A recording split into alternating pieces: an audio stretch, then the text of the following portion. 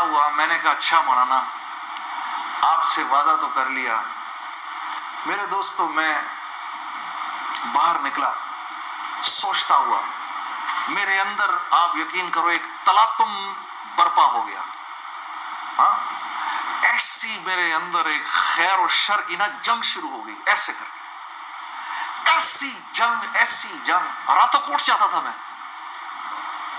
اور پوری رات بیٹھا رہتا تھا، ایسے جانماز کھول کے میں بیٹھ جاتا تھا، سوچتا رہتا تھا میں کیا کرنے لگا ہوں. ایک لمحے خیال آتا تھا نہیں بڑی نیکی کا کام کر رہا ہے تو لوگوں میں محبتیں پھیلا رہا ہے، لوگ خوش ہو رہے ہیں. دوسری طرف خیال آتا تھا یار کیا یہ اللہ رسول کو یہ بات منظور ہے، ان کو پسند ہے، میں کیا کر رہا ہوں. پھر یہ خیال آئے ارے نہیں ان مولویوں کی نہ سننا. پھر یہ خیال آئے.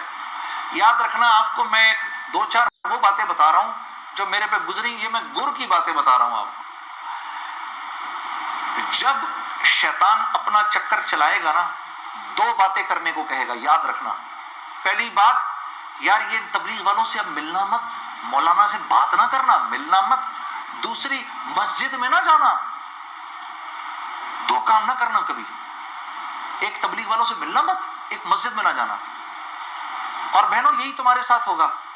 وہ جو ہے نا وہ اپنا تبلیغی ساتھی اس کی بیوی، اب اس کو فون نہ کرنا آئندہ، ٹھیک ہے، اس کے گھر نہ جانا، اب تعلیم میں نہ جانا، کیونکہ اس کو پتا ہے یہ وہاں گئی اور عورت کا دل تو مرد سے 10 گنا زیادہ جلدی اللہ کی بات کو لے لیتا ہے.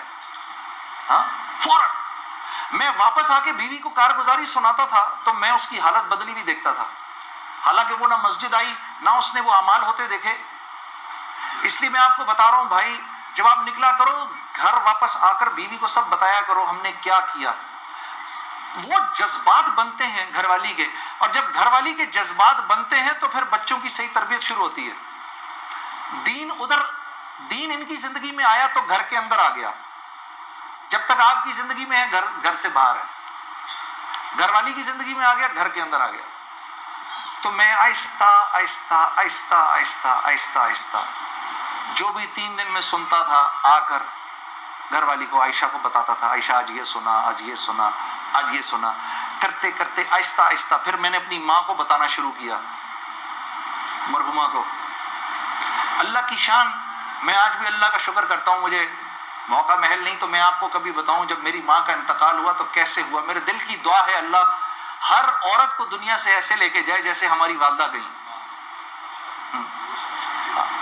تو وہ میں اپنی ماں کو بتاتا تھا، میری ماں بھی ایک دم اس نے بھی جلدی لینا شروع کر دیا. کرتے کرتے میری ماں ہم سب گھر کی خواتین میں سب سے پہلے میری والدہ پردے میں آ گئی فوراً. اور مولوی صاحب کہہ رہے ہیں ان کے انتقال کا بتائیں، میں ضرور بتاؤں گا آپ کو، مختصراً بتاتا ہوں. میری ساؤتھ افریقہ کی تشکیل تھی، پیچھے والدہ کی طبیعت بہت خراب ہو گئی. مجھے بھائی نے بولا جنید بھائی آ جائیں واپس کیونکہ امی جا رہی ہیں، امی نے اب نہیں رکنا. تو میں نے ساتھیوں سے کہا، انہوں نے کہا یار چلے جاؤ کیا فرق پڑتا ہے، یہ پھر یاد کرو گے ساری زندگی. اب میں سوچتا رہا، اب میں نے امی کو فون کیا، میں نے کہا اماں آ جاؤں؟ کہا نہیں ہرگز نہیں آنا. تو میں نے کہا کیوں؟ تو کہنے لگی اگر میرا انتقال ہوا تو میں کتنی خوش قسمت ہوں کہ میں اللہ کو بتاؤں گی کہ جب میرا انتقال ہوا تو میرا بیٹا تیرے راستے میں تھا. تو تم مت آؤ، مجھے کچھ نہیں ہوگا، اور اگر ہو گیا تو اس کو اللہ کی مرضی سمجھنا، بس میرے لیے تم دعا کرنا. اللہ کی شان امی کا انتقال نہیں ہوا. اس میرے 40 دنوں بعد میں واپس آیا تو بہت خوش ہوئی، گلے لگایا، کہا دیکھو میں نے کہا تھا اللہ نے مجھے زندہ رکھا جب تک کہ تم نہیں آتے واپس.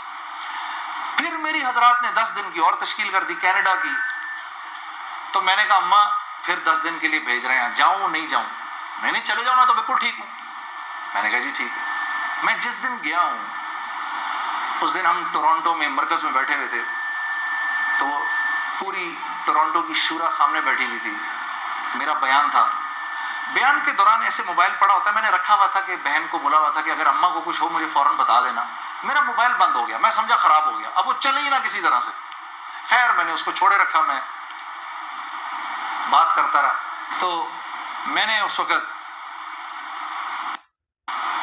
جب میں عشاء کی نماز پہ کھڑا ہوا تو پیچھے سے ساتھیوں نے آگے بتایا کہ والدہ کا انتقال ہو گیا. میں نے بہن کو فون کیا, کیا ہوا؟ کہتی ہے کہ